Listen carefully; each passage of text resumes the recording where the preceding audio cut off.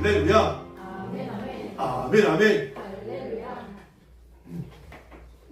다시 한번 할렐루야. 아멘 아멘. 아멘 아멘. 할렐루야.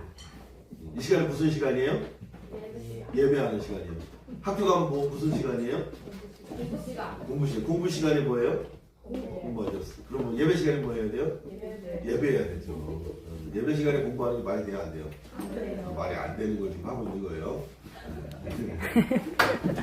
자, 우리 영상 하나 보고 우리가 오늘 개척한 지 2022년 6월 20일 날 첫 예배를 드리고 만 4년이 되는 주일이에요. 그래서 원래 이제 4주년 때는 외부 강사 목사님도 초청하고 이렇게 손님들도 모시고 하는데 올해는 그냥 우리 가족들끼리만 그렇게 모이게 되었습니다. 그래서 제가 이제 예배를 준비하고 생각하다가 이제 지난 영상을 보다가 이제 첫 번째 찬양을 보게 됐어요. 그러니까 처음에는 막 어제는 솔직히 좀 마음이 힘들었거든요. 이걸 어떻게 설명하고 어떻게 설교하고 어떻게 은혜를 나눠야 될 고민했는데 이 첫 영상을 딱 보니까 감사가 나오더라고요. 그래서 여러분에게도 이렇게 그 첫 7명으로 개척을 시작했는데 2층 강당에 피아노 플러스 기타 가지고 시작했는데 지금 첫 예배의 첫 특성입니다.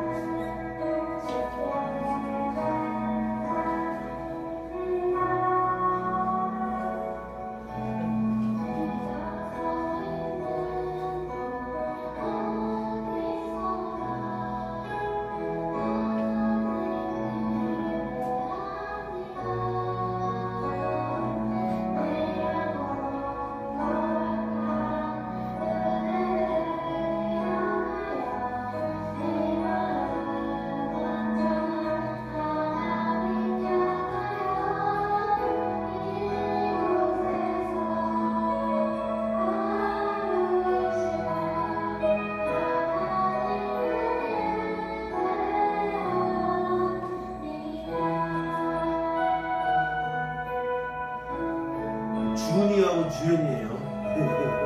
4년 전인가요? 4년 전. 4년 전. 되게 핑크핑크하죠. 애기애기하죠.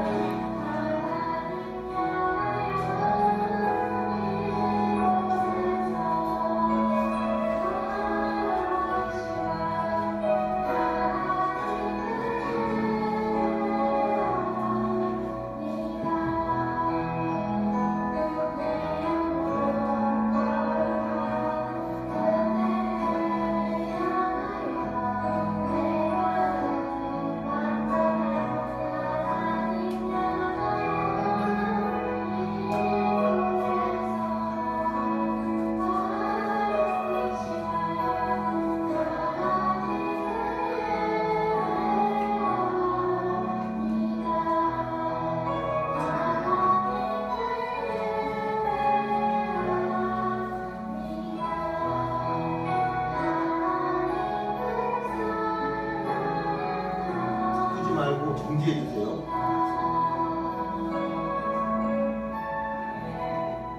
아멘. 하나님께 영광의 박수. 여기 풍선 아트가 되어 있잖아요. 저게 우리가 꾸민 게 아니고 첫 예배 드리려고 이제 우리 2층 여기 건물 2층 강당에서 예배하는데 다음 날이 여기 YMCA 그 5, 6, 7세들 입학식이 있었어요. 그래서 YMCA가 풍선 아트 달아주고 앞에 이 리본 달아준 거예요. 그래서 우리는 어떻게 오해를 했냐면, 야, 우리 온다고, 회수에게 온다고, 이렇게 환영해 주라구나 했는데, 알고 봤더니 그 다음날이 아이들 입학식이었던 거예요. 그래서 첫 예배를 드리면서부터 하나님 참 이런 은혜들을 많이 주셨어요. 순간순간마다. 아멘. 제가 이제 뒤 창고에 있는 이제 드럼이 없으니까 드럼이 계속 보이길래 드럼을 갖다 쓰려고 마음을 먹었다가 한 장로님이 나에게 나 그 옷 좀 쓰려고 그러는데 좀 세팅해놓고 쓰면 안 되나? YMC 패스웨이도 쓰고 저도 그 생각을 먹었거든요. 그래서 그 이야기를 듣고 확인차 전화했더니 그게 YMC 소유가 아니되는 거예요. 건들면 안 된다는 거예요. 근데 말 안 하고 허락 안 받고 썼으면 또 이게 오해가 되고 갈등이 될 뻔했던 위기들을 하나님 장로님을 여기 관리하시는 장로님을 통해서 또 막아주시고 그런 소소한 이야기들이 참 많았어요. 처음에는 악기 둘 데가 없어가지고 악기도 없었지만 올겐 하나 좀 드럼 하나 생겼을 때 이게 어떻게 했냐면 그때 올란도였어요. 차량이 올란도에다가 실었다가 집에다 갖다 놓고 또 다시 토요일날 갔다 와서 세팅해 놓고 또 주일날 끝나면 실어다가 또 집에 갖다 놓고. 근데 지금은 2층은 주일만 썼으니까. 2층은 주일만 썼으니까. 근데 지금은 이제 한 달 내내 여기서 새벽 예배 드려도 되고 악기 세팅으로 이거 치웠다가 접었다 안 해도 되고. 우리 뭐 강성미 목사님 아시겠지만 악기가 늘어날수록 의자가 늘어날수록 의자가 좋아지면 좋아질수록 얼마나 힘들었습니까, 그죠? 예. 지나가니까 웃으면서 이야기할 수 있지 할 때는 얼마나 힘들었습니까, 그죠? 그 과정들을 주마등처럼 쫙 지나가는데 하나님 앞에 고백할 수 있는 것은 하나님의 은혜였다. 그래도 하나님의 은혜였다. 그리고 하나님 앞에 감사였다. 고백할 수밖에 없는 거예요. 그래서 사실은 이 설립 4주년이니까 특별히 어떤 말씀을 전해야 될까 또 다른 말씀을 전해야 될까 고민하다가 그냥 계속 이어가는 말씀. 원래 아브라함, 이삭, 야곱 그리고 이제 요셉 이야기. 요셉은 특별히 고난을 많이 겪었잖아요. 그래서 요셉의 스토리를 통해서 어제 말씀 딱 전해놓고 준비해 놓았는데 요셉의 인생이랑 좀 닮은 것 같기도 하고 그런 생각이 들었어요. 오늘 우리가 읽었던 본문 말씀 이전에 우리 지난주에 벌써 요셉이 어디에 들어갔어요? 구덩이에 들어갔죠. 그죠? 근데 구덩이가 하나님 편에 볼 때, 하나님의 시선으로 볼 때 구덩이가 아니라 하나님의 꿈, 하나님이 요셉에게 주셨던 꿈을 이루는 출발점이 되었잖아요. 아멘. 그죠? 근데 오늘 그 구덩이에서 빠져 죽을 줄 알았는데 하나님 기적적으로 미디안 상인들을 지나가면서 미디안 사람들을 통해서 건져낸단 말이에요. 미디안 사람들을 통해서 유다가 야, 쟤 죽이면 무슨 우리에게 유익이 있겠냐. 차라리 돈 주고 돈 받고 팔자. 그래서 상인들에게 팔아버린 거예요. 팔려서 가는 요셉의 심정. 또 팔려갔는데 오늘 본문 말씀이 뭐라고요? 오늘 말씀을 한번 띄워주세요. 상인이 팔았는데 누구에게 팔았냐? 왕의 친위대장. 오늘로 말하면 경호실장 정도? 경호실장, 대통령 경호실장, 대빵쯤 되겠죠. 그 경호실장의 집에 노예로 팔려가게 된 거예요. 우리 1절 한번 읽어볼까요? 1절.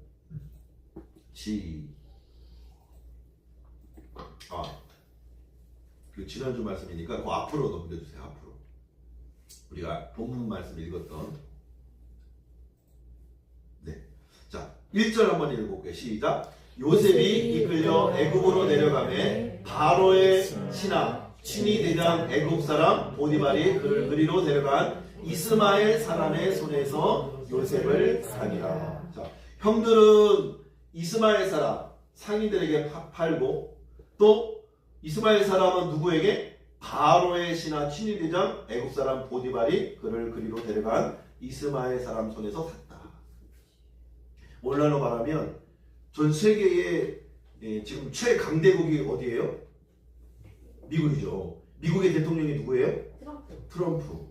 그러니까 이 당시 요셉이 살던 이 애굽이란 나라가 지금의 미국과 같고 그 당시에 왕이 바로 왕이 오늘날로 트럼프랑 마찬가지예요. 트럼프를 호위하는 국방부 거기도 경호실장이 있겠지. 경호대장의 집에 하인으로 가정부로 취업을 하게 된 거예요. 요셉이. 그런데 사람 편에 볼 때는 구덩이에 빠진 거 축복의 형통이에요? 불통이에요? 형통이에요? 불통이에요? 구덩이에 빠졌어. 아빠한테 사랑 막 애주증기 받다가 구덩이에 빠졌어. 형통이에요? 불통이에요? 불통. 불통이죠. 어떻게 보면 저주에 가까워. 그죠? 자, 빠진 것도 억울한데 노예로 팔려갔어.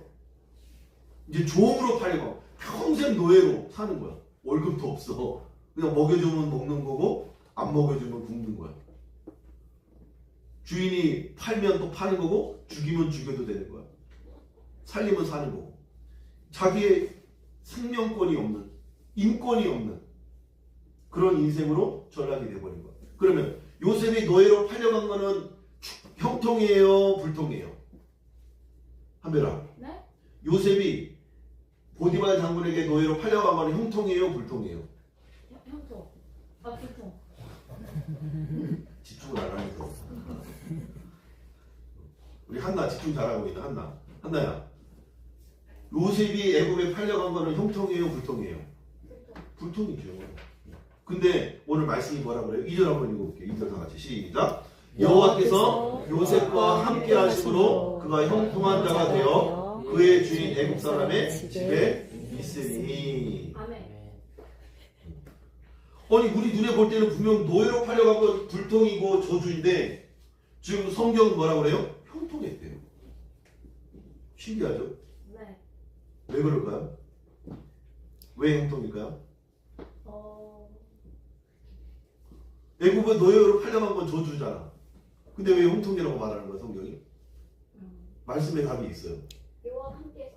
그치? 여호와 하나님이 함께해서. 함께하니까 복이라는 거야. 아멘. 여호와 하나님이 함께하니까 복이라는 거야. 내가 무엇을 하고 무엇을 먹고 무엇을 가졌느냐가 중요한 게 아니라 내가 누구와 함께하느냐가 너무 중요한 거예요. 여러분 등산해본 적 있어요? 등산해본 적? 네. 등산을 할 때 엄마랑 아빠랑 등산을 하는 거야. 나는 힘들어 죽겠는데 가기 싫은데 엄마가 아빠가 등산 가자. 그래 건강해진대. 그래서 등산을 하는 거야. 그럼 힘들어요? 안 힘들어요? 힘들어요. 힘들죠.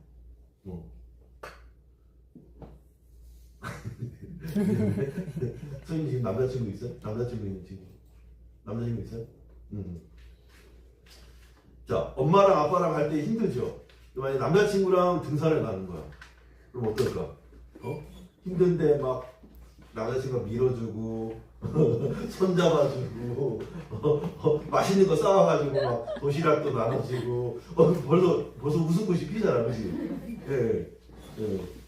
힘든 사령이지만 누구랑 함께 하느냐가 이렇게 차이가 나는 거예요. 아멘. 인생도 마찬가지예요. 고난의 길이지만 내가 누구랑 함께 하느냐가 행복일 수도 있고 불행일 수도 있고.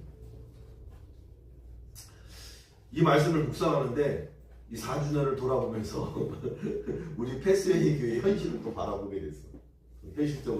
현실적으로 보면 우리가 1층과 하나님 은혜 주셔서 2층만 주일만 쓰다가 하나님이 5층을 허락해 주셔서 또 5층은 또 매일 이렇게 짐도 놓을 수도 있고 그래서 5층이 생기면서 짐을 내려놓으니까 이제 배달을 안 해도 되는 거야 맨날.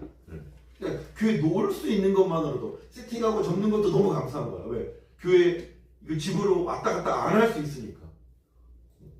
그러고 있다가 하나님 밥 먹는 공간이 필요합니다. 예배당과 식당이 분리됐으면 좋겠습니다. 했더니 하나님이 목사님 생일날 1층을 또 선물로 해주셔서 1층과 2층과 5층을 그렇게 풍성하게 3년 동안 3년 반 가까이를 쓸 수 있고 누릴 수 있게 해주시니 얼마나 감사했는지. 지금은 어떻게 해요? 조금은 뒷걸음치는 것처럼 1층도 접고 2층도 접고 지금 3층으로 올라왔어요.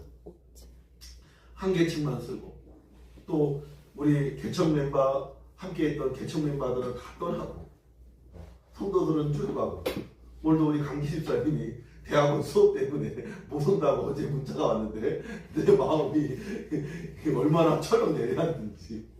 개척교회는 한 영혼이 100명, 1000명 분을 하는데 그러면서 어제 태희가 너무 고마운 거야.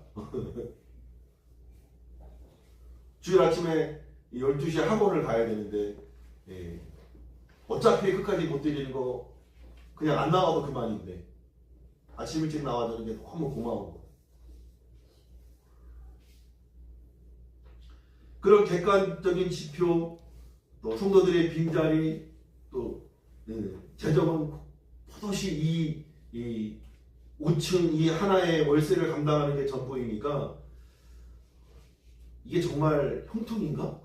라는 생각을 저 나름대로 또 이 요셉의 심정이 돼가지고 헤아리게 되는 거예요. 우리야 성경의 결론을 알잖아요. 그죠? 이후에 어떻게 해요? 억울하게 누명 쓰고 감옥에 가잖아요. 그리고 어떻게 돼요? 술 맡은 관원장, 떡 맡은 관원장이 꿈을 해석해 주잖아. 그랬는데 그 꿈의 해석대로 떡 맡은 관원장은 목에 달려 죽고 술 맡은 관원장은 복직을 하잖아. 그럼 복직하면 나중에 기억해주면 잊어버렸잖아. 2년 동안. 근데 애고박 바로왕이 꿈을 꾸니까 술객과 박사들과 많은 점술가들을 다 불러서 꿈을 해석해 보지만 못하잖아. 결국 어떻게 됐어요? 그때 요셉이 생각나니까 요셉이 나와서 꿈을 해석해주고 총리가 된다. 우리는 결론을 아는데 어제는 요셉의 입장이 돼봤어요. 요셉의 입장. 요셉은 결론을 몰라, 내일을 몰라, 미래를 몰라. 얼마나 절망이었을까. 아빠한테 그렇게 해주든지 특별한 사랑을 받고 남아가 노스페이스 내셔널 지오그래피로 머리부터 발끝까지 도배를 했는데 그걸 확 벗겨버려가지고 부동에 확 쳐박아버렸으니까 얼마나 마음이 아팠겠어요. 근데 형들은 옆에서 밥 먹으면서 저 새끼 어떻게 할까? 팔아버릴까? 죽일까? 그러면서 밥을 맛있게 먹는 거야. 그 동생이 바라보는 그 배신감, 울분, 사방은 막혀있고 하늘만 뚫려있어. 근데 갑자기 유다가 팔아버린다고. 저 자식 그냥 죽이면 무슨 유익이 있겠냐, 팔아버리자고. 물건 취급을 하면서 요셉을 팔았을 때 이 동생이 느끼는 배신감과 그 아픔은 어떻게 됐을까? 생각해봐. 한별아, 네? 한나가 너를 판 거야. 야, 쟤 맨날 내가 맨날 챙기고 이렇게 맨날 다독여야 되고 얼마나 피곤하고 힘든데 야 팔아버리자. 딴 집에 목사님 집에 팔아버리자. 그럼 얼마나 억울하겠어. 네. 얼마나 배신감 느끼겠어. 그죠? 네. 요셉의 심정이 참 느껴지더라고요. 그리고 나름 있는 현장에서 보디발 장군의 아내의 유혹을 뿌리치고, 그죠? 뿌리쳤는데 결정적인 순간에 요셉을 강제로 허탈하려고 하니까 옷을 벗고 도망쳐버려요. 근데 그거를 요셉에게 누명을 씌워버린 거예요. 얼마나 억울했을까? 아, 요셉만큼 억울했을까? 예수님 다음으로 억울했을 것 같아. 그지 않아요? 나는 주인을 위해서 충성을 다했어. 그래서 주인의 사업이 부하게 되어지고 3절 한번 볼까요? 3절. 그 주인이 볼 때도 어땠는지 한번 읽어보겠습니다. 시작. 그의 주인이 여호와께서 그와 함께 하심을 보며 여호와께서 그의 범사에 형통해 하심을 보았더라. 그러니까 요셉에게 그 집안 모든 사물을 맡겼는데 그게 요셉이 손대는 일마다 막 잘 되는 거예요. 양들도 늘어나고 튼실해지고 소들도 늘어나고 튼실해지고 밭에 농사도 풍년이 들고 요셉이 그냥 손대는 것마다 너무 잘 되니까 진짜 쟤는 진짜 하나님의 사람인가 봐. 쟤는 진짜 하나님이 함께 하시고 형통하나 봐 라고 생각하게 할 만큼 그랬는데 그 보디발 장군의 아내 때문에 누명을 쓰고 감옥에 가고 이제는 노예 신분을 넘어서서 죄인이 되었습니다. 제가 명예의 금이 갔을 때 그거는 사람들이 돈, 명예, 권력, 성적인 유혹에 약하다고 하는데 저는 나는 명예욕이 없다고 생각했거든요. 근데 제 명예가 실추됐을 때 그거는 그 부끄러움과 수치는 죽음과 바꿀 수 있을 만큼의 위협적이더라고요. 그래서 수많은 정치인들이 그런 스캔들이나 가족들이 돈에 연루될 때 실제 역대 대통령 중에 가족 때문에 자살한 케이스가 있잖아요. 명예가 흔들리면 죽을 수도 있구나. 제가 그걸 느꼈거든요. 근데 노예라는 신분은 그나마도 참을 수 있어도 억울하게 누명을 써서 감옥에 간 이 죄인된 죄인의 신분을 뒤집어 쓴다는 것은 엄청난 수치입니다. 요셉의 입장에서 앞으로 풀려날 억울함이 누명이 벗겨질 이유도 없는 거야. 왜? 왕의 친위대장이면은 거의 왕과 가장 측근도 가장 권력 있는 사람인데 그 아내에게 지금 누명을 쓰고 지금 갚여 있으니까 얼마나 억울한 마음이 들었겠을까. 우리라면 나라면 하나님 억울합니다. 하나님 이게 말이 됩니까? 나는 그러지 않았습니다. 내 진심은 그게 아닙니다라고 하나님 앞에 하소연했을 거예요. 그렇지 않겠어요? 요셉이. 근데 제가 요셉을 곰곰이 보는데 노예로 팔려갔는데 너무 최선을 다하는 거예요. 너무 성실한 거예요. 그리고 하나님이 요셉과 함께함도 있었지만 요셉도 하나님을 인식하고 있었던 거예요. 한번 볼까요? 창세기 39장. 보디발의 아내가 끊임없이 유혹하는 거예요. 우리 39장 7절에 보면 그 후에 그의 주인 아내가 요셉에게 눈짓하다가 동침하기를 청하니 요셉이 거절하여 자기 주인의 아내에게 이르되 내가 내 주인이 집안의 모든 소유를 간섭하지 아니하고 다 내 손에 위탁하였으니 이 집에는 나보다 큰 이가 없으며 주인이 아무것도 내게 금하지 아니하였어도 금한 것은 당신뿐이니 당신은 그의 아내이니라. 그런즉 내가 어찌 이 큰 악을 행하여 하나님께 죄를 지으리까. 보디발 장군의 아내가 끊임없이 유혹하고 나랑 동침하자, 나랑 사귀자, 나랑 연애하자 거절하는데 그 거절하는 이유가 뭐냐? 주인의 말씀도 있지만 내가 당신을 범하면 하나님께 죄를 짓는 것입니다. 그러니까 요셉에게는 하나님이 나와 함께 하신다는 인식이 있었던 거예요. 어떠한 고난과 어려움이 있을 때 하나님이 나와 함께 하심이 형통이고 은혜인데 그 은혜를 잊어버린 채 내가 불평, 원망, 좌절, 난망하고 있다면 그것이 어쩌면 하나님 앞에 죄일 수 있다는 거예요. 그죠? 사람에게 불평하고 사람에게 죄 짓는 거 아니라 하나님께 죄 짓는 것일 수 있다는 것을 제가 어제 말씀을 묵상하면서 다시 한번 또 깨닫는 거예요. 하나님은 지금의 이 고난과 어려움과 시련을 하나님 내 인생 너머에 있는 놀라운 꿈과 계획을 이루는 과정일 수 있다는 거예요. 아멘.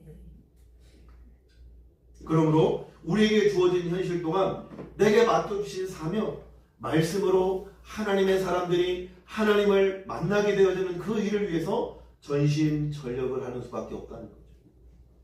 그리고 그 영혼들이 말씀을 통해 하나님을 만나고 하나님과 깊이 교제하며 하나님의 사랑을 날마다 느끼며 교제하는 삶을 살도록 안내하고 축복해주고 기도해주는 것. 그것이 제게 맡겨주신 사명이라는 생각을 하게 되었습니다.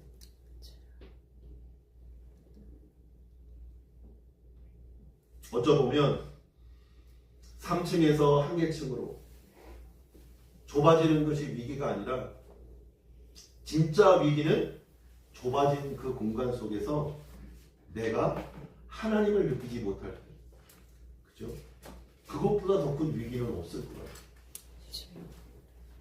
숫자가 줄어들고 공간이 줄어들고 재정이 줄어들고 직장을 잃고 성적이 떨어지고 관계가 어그러지고 이것보다도 더 우리가 위기로 여겨야 되는 것은 내가 하나님과 함께하지 않는 것, 내가 하나님을 인식하지 못하고 있는 것, 내가 하나님을 신뢰하고 믿지 못하고 있는 것이 더 큰 위기더라고요.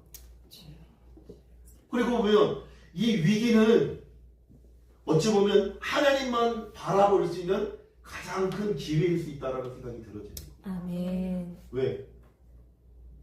하나님밖에 없으니까. 이 모든 어려움과 위기를 극복하고 이겨할 수 있는 분이 하나님밖에 없으니까.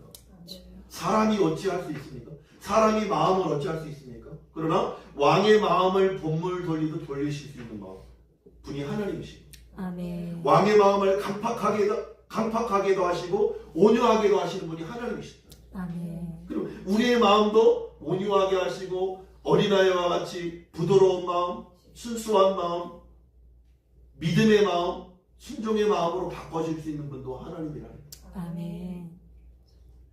그렇기 때문에 어찌 보면 이 위기는 하나님과 가장 가까워질 수 있고 오직 하나님만 바라볼 수 있는 우리를 정죄하는 금을 단련하듯이, 그죠? 금을 단련해서 99.9% 아니 하나님 편에서는 100% 하나님의 사람으로 만들어가기 위한 축복의 과정이라는 사실을 믿을 수 있기를 축복합니다. 아멘. 우리 교회 이름의 의미는 통로이기도 하지만 좁은 길이라는 뜻도 있어요. 때로는 광야 같고 때로는 좁은 골목길 같고, 하지만 요셉처럼 지난주 구덩이에 던져진 것이 요셉의 꿈이 시작되었던 것처럼 또 노예로 팔려간 상황이 하나님이 함께 하시는 형통의 과정이 되었던 것처럼 감옥이라는 억울한 누명을 쓰고 도달한 그 막다른 골목과 같은 그 현장에서 하나님의 함께 하심으로 은혜를 얻고 또 형통한 자가 되어져서 결국 애굽의 총리가 되어지는, 그래서 그 일을 통해서 70인의 가족을 먹여 살리는 생명의 통로로, 또 애굽의 7년 흉년이 풍년 후에 7년 흉년이 되니까 그 7년 흉년 기간 동안에 애굽의 백성들이 굶어 죽지 않도록 애굽의 백성들도 살리고, 또 열국의 백성들이 애굽의 요셉에게로 나와 양식을 얻어먹고 생명을 구원하는, 아멘. 이로 말미암아 나를 보내신 것은 하나님이 형들을 통해 이곳에 보내신 것이니 두려워하지 말라고 형들을 용서할 수 있었던 그 믿음의 크기, 이 모든 은혜를 누릴 수 있었던 것은 하나님이 요셉과 함께 하셨고 아멘. 요셉도 하나님과 함께 했기 때문이라는 거예요. 아멘. 하나님을 인식했기 때문이라는 거예요. 우리 패스웨이의 목적지는 빨리 달리는 길이 아니고 하나님과 함께하는 그 길이 되기를 축복합니다. 아멘. 주님과 보조를 맞춰서 걷는 그 길이 될 수 있기를 소망합니다. 그래서 다 없어도 우리 찬송, 우리 기도 찬송 가운데 하스테반 선교사님 그런 얘기하잖아요. 모든 것을 얻고도 하나님을 잃으면 다 잃은 겁니다. 그러나 모든 것을 잃고도 하나님을 붙들고 얻으면 다 얻은 것입니다. 그 고백이 저와 여러분의 고백이 될 수 있기를 주님을 축복합니다. 솔직히 인간적인 마음으로 왜 저도 낙심이 안 되겠습니까? 인간이니까.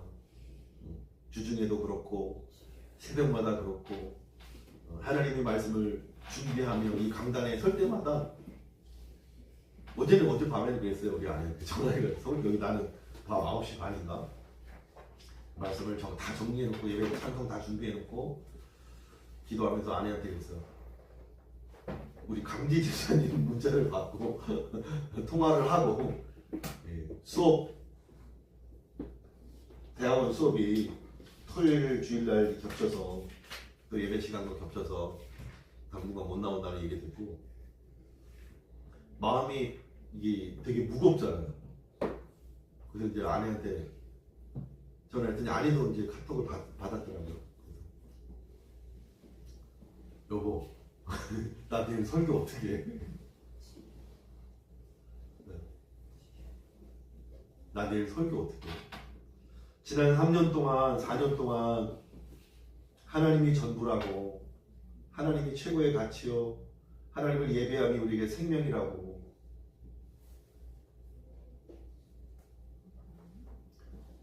그렇게 외쳤는데 우리가 닥친 삶의 현장과 현실 속에서는 하나님보다 학교가, 하나님보다 직장이, 하나님보다 돈이, 하나님보다 사람이, 하나님보다 관계가, 하나님보다 봉사가 우선인 이 현실들을 바라보면서 목도하면서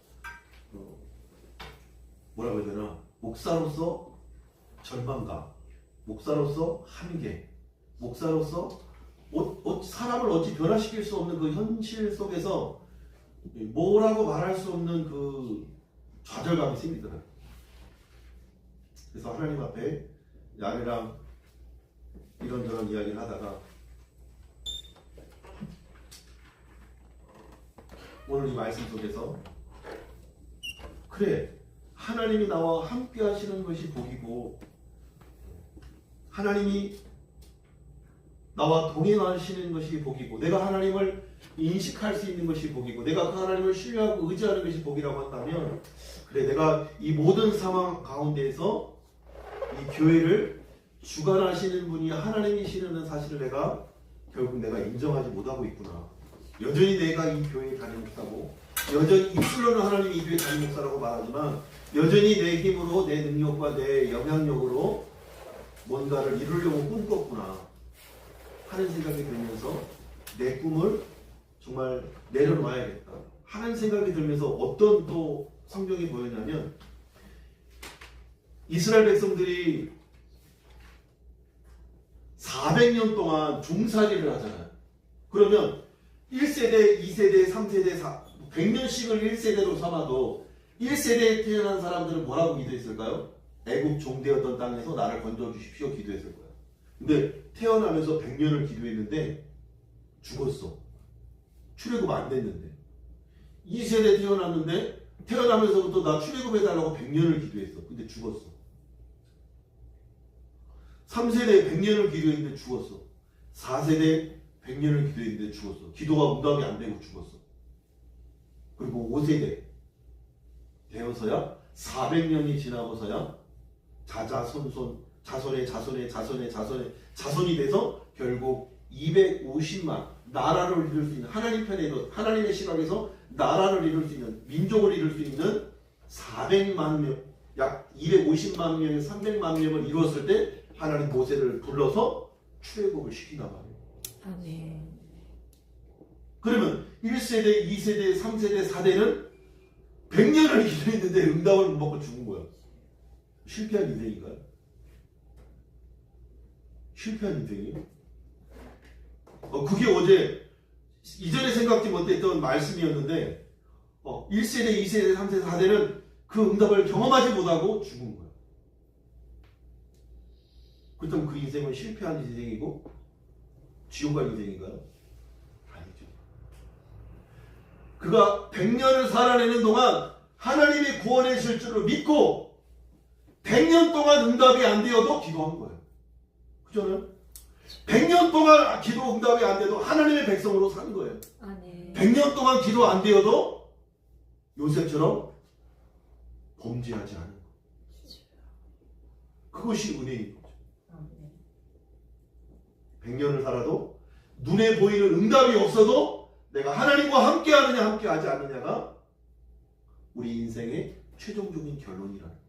아멘. 아멘입니까? 아멘. 우리 노회 목사님들 중에 85교회가 있는데 그 중에 한 70개, 60개 교회는 다 우리만한 사이즈, 아니 그보다 더 못한 교회. 심지어 코로나를 지나면서 다 이 월세를 접고 가정으로 돌아갔어요. 가정으로 돌아갔는데 누가 가정으로 가서 예배를 드리겠어요. 그죠? 그냥 목사님 가족만 남은 거예요.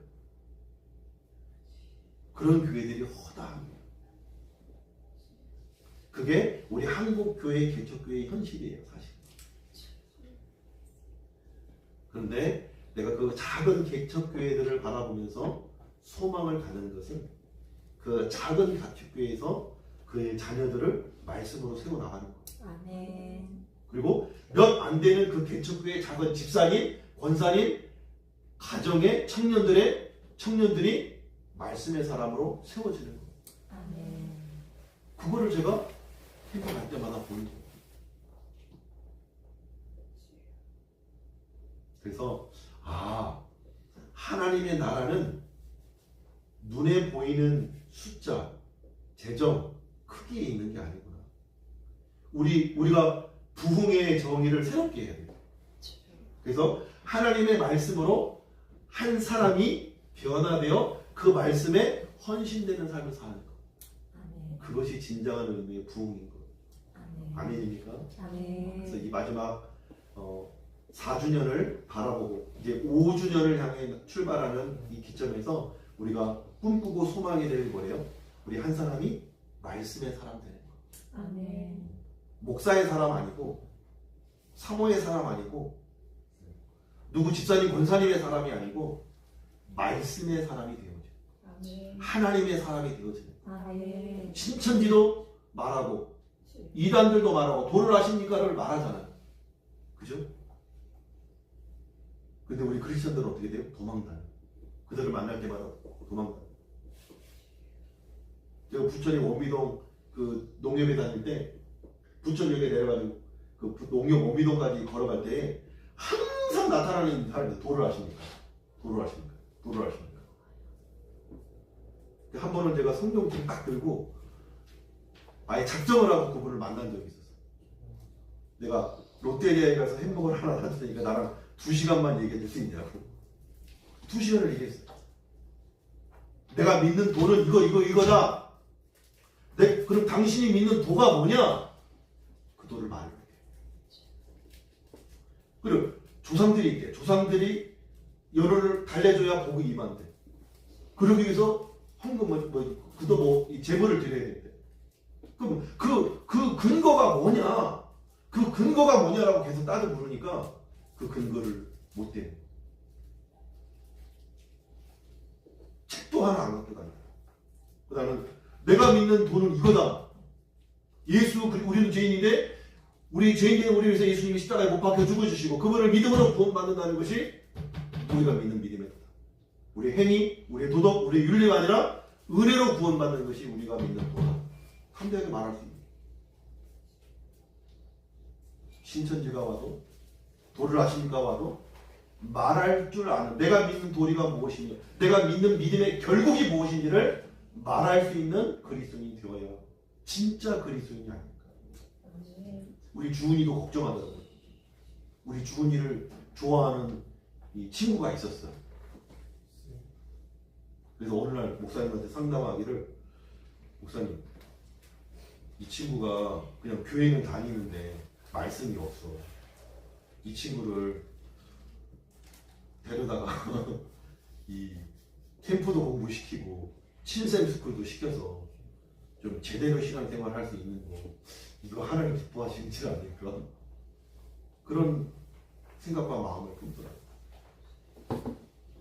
그래서 하나님은 우리 교회도 다음 세대들을 세워주고 보내주는 이유가 있을 것 같아요.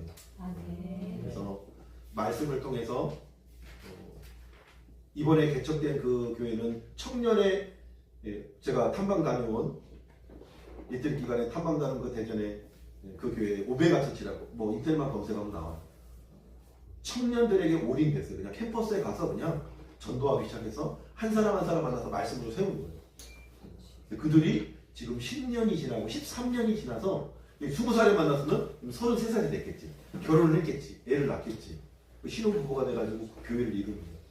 지금은 250명이 건축을 해서 한 700명 가까이 급성장하고 부흥한 케이스인데 이제 모르죠. 여기 몇 안 되는 친구들이 이제 말씀 강사가 되고 말씀을 가르치고 말씀을 전하는 하나님의 일꾼들이 되어져서 이 교회를 지고 담당할 어떤 목사님이 그래요. 다음 세대가 아니라 지금 세대가 있는 거예요. 아멘. 왜 다음 세대, 다음으로 미루냐는 거야. 오늘의 세대라는 거예요. 아멘. 지금 여기 있는 저와 여러분들이 오늘의 세대, 오늘의 시대를 담당하는 오늘의 사람, 하나님의 손에 붙들려 오늘을 쓰임받는 저와 여러분들에게 축복합니다. 아멘. 청년들 마찬가지. 예.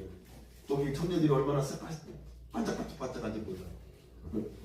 말씀에 헌신된 사람들이 직장에서 치열하게 싸워요. 그래서 여름에는 오는데 겨울에는 못 왔어. 왜? 직장에서 어찌됐든 이 세상 시스템 안에 굴러가야 되니까 겨울에 휴가를 낸다는 거 쉽지 않잖아. 그러면서 그 삶의 현장에서 예배자로 또 직장의 모임, 기도 모임, 직장의 예배 모임을 만들어내고 그것을 예배지로 교회로 세워가는, 학교를 교회로 세워가는 하나님의 고딩, 하나님의 중딩, 하나님의 청년들이 있더라고요. 그래서 그냥 교회만 왔다 갔다 하는 종교인 말고 진짜 그리스도인, 진짜 하나님의 사람을 세우는 우리 패스웨이가 될 수 있기를 간절히 소망합니다. 그 꿈을 가지고 달려나가는 2026년이 되기를, 5주년을 바라보면서 달려나가는 한 해가 되기를 주님으로 축원합니다. 축복합니다.